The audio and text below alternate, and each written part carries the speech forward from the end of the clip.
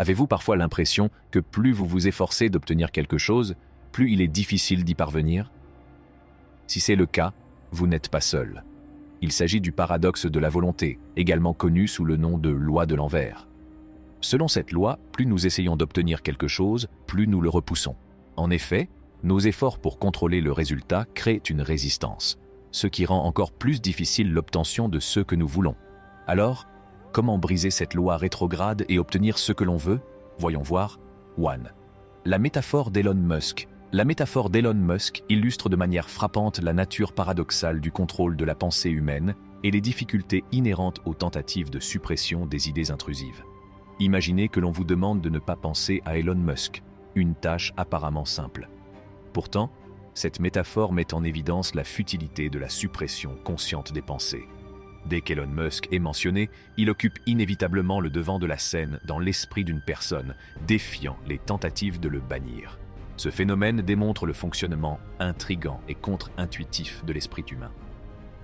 La métaphore va au-delà de son interprétation littérale, étendant ses implications à divers aspects de la psychologie et du comportement humain.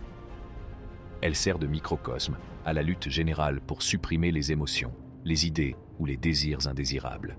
En soulignant la difficulté de repousser consciemment les pensées, la métaphore met l'accent sur la complexité de la gestion de notre paysage mental. Les pensées intrusives s'apparentent à Elon Musk. Elles sont persistantes et difficiles à contrôler. Plus on s'efforce de les supprimer, plus elles persistent, faisant écho aux résultats contre-productifs qui découlent souvent des tentatives de contrôle forcé ou d'élimination de certains aspects de notre expérience interne. La métaphore sert donc de mise en garde contre les limites du contrôle conscient et la nécessité d'adopter d'autres approches pour naviguer dans le réseau complexe de la cognition humaine.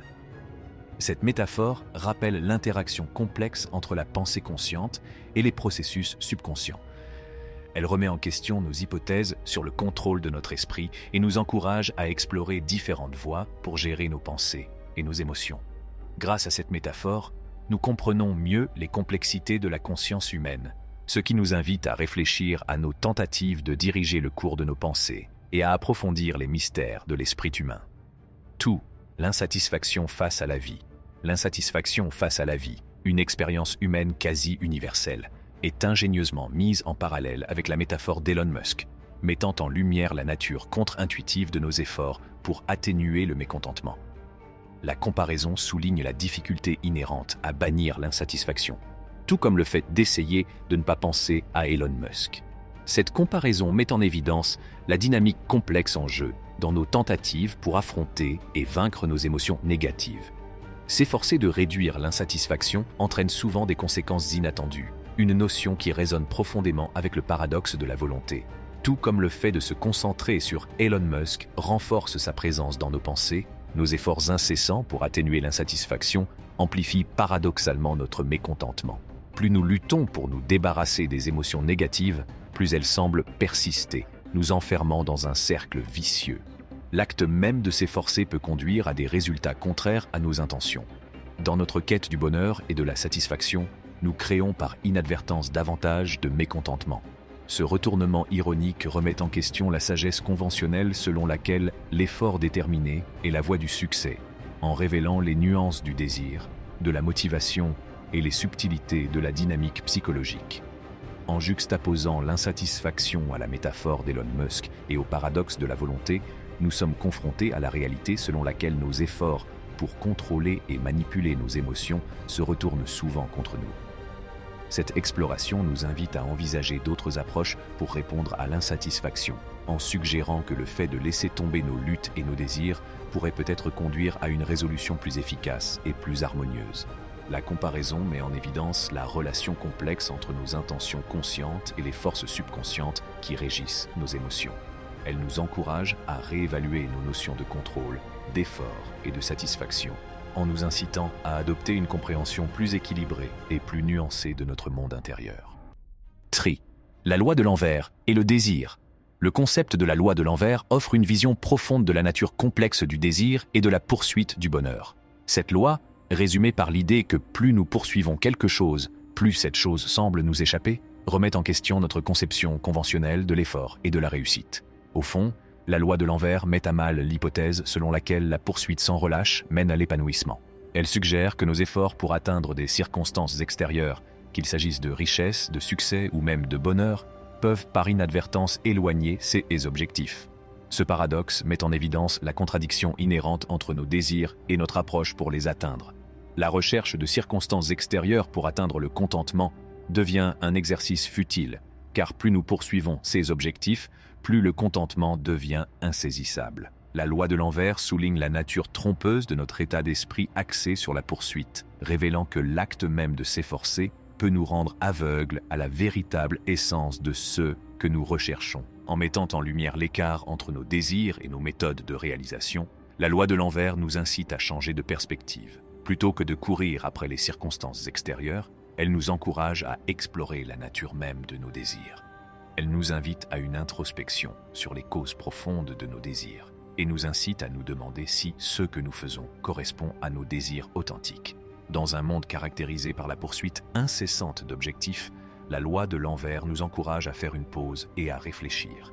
Elle suggère que le chemin de l'épanouissement ne réside pas dans la poursuite effrénée de récompenses extérieures, mais dans une compréhension plus profonde de nos désirs et une réévaluation de la relation que nous entretenons avec eux.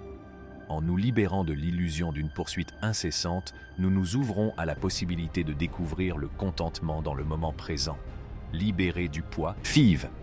La perspective de Schopenhauer. Le point de vue d'Arthur Schopenhauer explore la relation profonde entre les désirs humains, la poursuite incessante d'objectifs et la souffrance qui en résulte. En décrivant la volonté comme un effort constant, Schopenhauer offre une perspective unique pour comprendre la nature complexe des motivations humaines et les causes sous-jacentes du mécontentement. Selon Schopenhauer, la volonté pousse les individus à perpétuellement chercher, saisir et s'efforcer. Cette pulsion innée, bien qu'elle soit un aspect fondamental de la nature humaine, conduit souvent à la souffrance. En poursuivant inlassablement nos désirs, nous rencontrons inévitablement des obstacles et des défis, créant ainsi un cycle de lutte et de souffrance qui définit une grande partie de l'expérience humaine. L'idée de Schopenhauer, selon laquelle nous recherchons plus que ce dont nous avons besoin, met en lumière le sentiment de manque sous-jacent qui alimente cette quête perpétuelle. La poursuite de désirs excessifs découle de la conviction que les réalisations extérieures peuvent combler un vide intérieur. Cette perspective résonne avec la compréhension moderne du consumérisme et de la quête constante de plus, illustrant comment la recherche d'un accomplissement extérieur peut conduire à un sentiment de vide de plus en plus profond. Selon Schopenhauer, le contentement naît de la négation de la volonté, d'un état où l'on cesse de s'efforcer sans fin.